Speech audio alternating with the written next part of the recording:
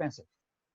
And why is that? Is that if we have a viral or pathogen specific like COVID-19, we can only develop it after the outbreak. And that's, again, reactionary. That's too late. We need to have something that's proactive. When it happens, we have it. And it also has to be readily available and inexpensive. So today I'm going to talk about vitamin C and integrative medicine measures. And these are the measures that uniquely qualify. And I'm not aware of too many measures like this existing today. Now, let's review the key pathology of COVID-19 a little bit. And COVID-19 primarily, as I mentioned, affects respiratory system and causing pneumonia, and acute lung injury, acute respiratory distress syndrome, and some of them may lead to deaths.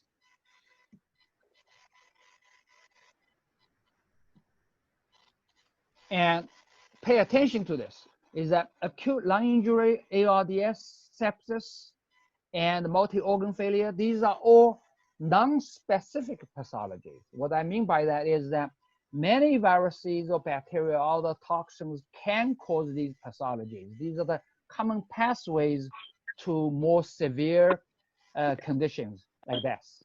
So if this provides an excellent target for us to manipulate, to manage.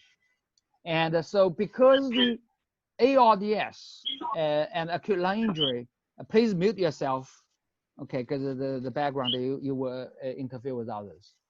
And so the COVID-19, the underlying pathology primarily is cytokine storm or increased oxidative stress. These, again, are non-specific mechanisms. So if we target the increased oxidative stress early on, and we may be able to prevent these patients from developing more serious conditions. And we can save lives. And the world doesn't have to panic like what we are. And again, vitamin C and other antioxidants are promising agents for this purpose. Please mute yourself. I hear lots of background noise. And also, please do not write on the screen.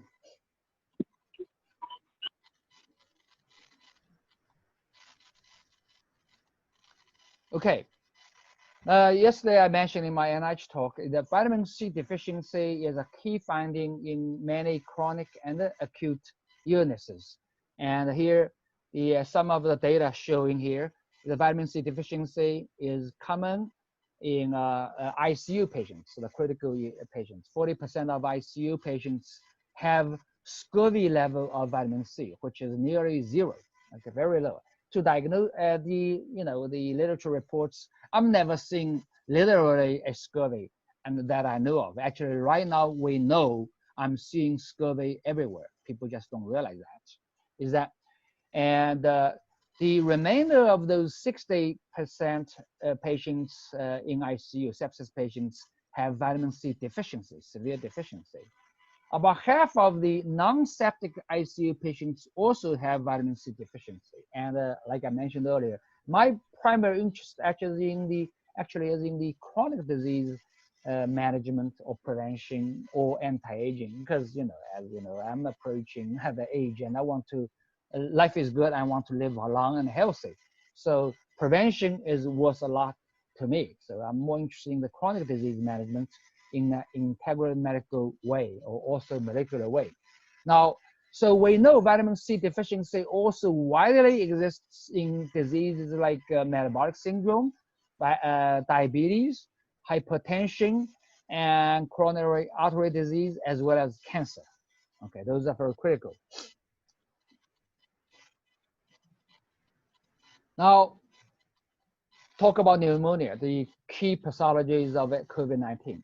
So we know literature shows a lot of abundant evidence that high-dose IV vitamin C prevents and improves pneumonia. Here is a review article about 2-3 years ago that shows that the vitamin C cuts the risks of catching colds by 50%. And this is particularly true in physically active adults and people under stress. And there are a lot of clinical randomized control trials study show that the high-dose vitamin C is effective in various conditions, including common colds, pneumonia, and pneumonia treatment, and also in tetanus. Here, I might add, there's a book some of you may know by Dr. Thomas Levy, a great friend of mine, and also a very active expert in the International Society for Orthomolecular Medicine. And he wrote a book called Primal Panacea, which is actually an excellent review book. We know there are review papers in the literature, but this topic is too big for one paper to review. And here it says, 148 animal studies show VC can alleviate, prevent bacterial infection. Actually, there's a lot more than that. And vitamin C treatment has been used widely in almost every kind of viral or bacterial infection that you can think of. And the Primal Panacea makes a great list of those. And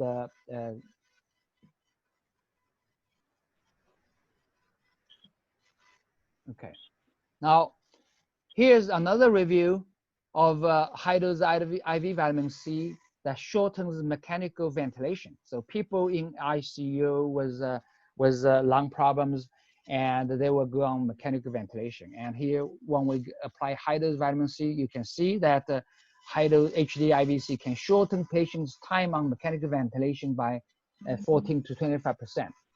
The 25% is among the patients who receive IV vitamin C in the doses of 1 to 6 grams a day. Again, this is low dose. Of course, in the conventional medicine definition, this is high dose, but for us, this is low, very low actually. But even at that low dose, 1 to 6 grams, vitamin C can reduce the mechanical ventilation time by 25%. That's very significant.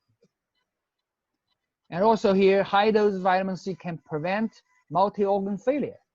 Again, this is a great review article a couple of years ago that shows that people at ICU shows very low vitamin C levels, nearly approaching zero, and high dose vitamin C at the 200 milligram per kilogram body weight, which is not very high again, okay?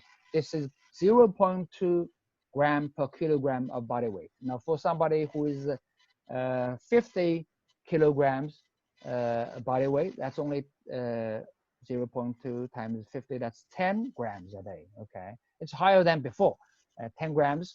For somebody who is 70, that's 14 grams. It's still on a low level altogether. But so even at this low level, okay, 10 to probably 15 grams of vitamin C, it shows plasma vitamin C levels can reach about 3 millimole on day 4.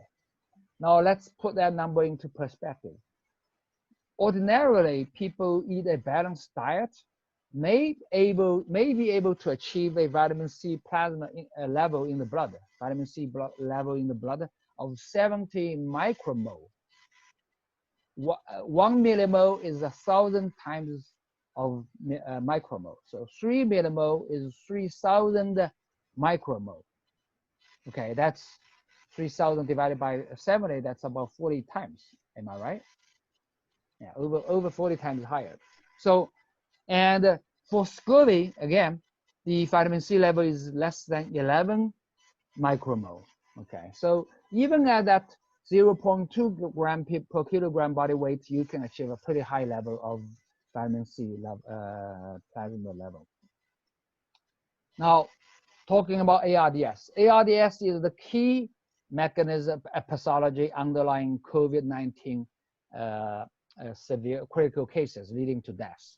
So there's been a lot of studies on IV vitamin C in ARDS. This is the first reported trial maybe in 1989. That was probably the first trial. And there were like 32 patients divided into 2 groups, 16 each. And it shows again, the vitamin C here is only 4 grams a day. So it has some other antioxidants like NAC, selenium, vitamin E in it. The high-dose vitamin C group showed a 47% reduction in mortality.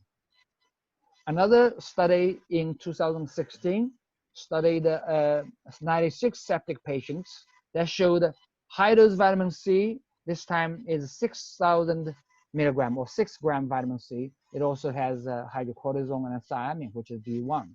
And that cuts the mortality by 32%. And a recently published, probably the largest clinical trial on sepsis and ARDS, and Dr. Fowler talked about this yesterday as well at NIH. This citrus ALI trial is a multi-centered RCT with 167 patients of sepsis and ARDS. And again, the vitamin C level actually is low. It's 50 milligram per kilogram body weight. And that's only a couple of, that's basically 35 or 3.5 grams of vitamin C for somebody who is 70 kilogram in weight. Okay, so that's only a couple of grams of vitamin C. Again, it is low dose, it's a low dose in our opinion, but even that, it shows the high dose, vitamin C at this level shortens the stay at ICU. It cuts down the mortality rate. Now, let's look at COVID-19. We know COVID-19 is a new,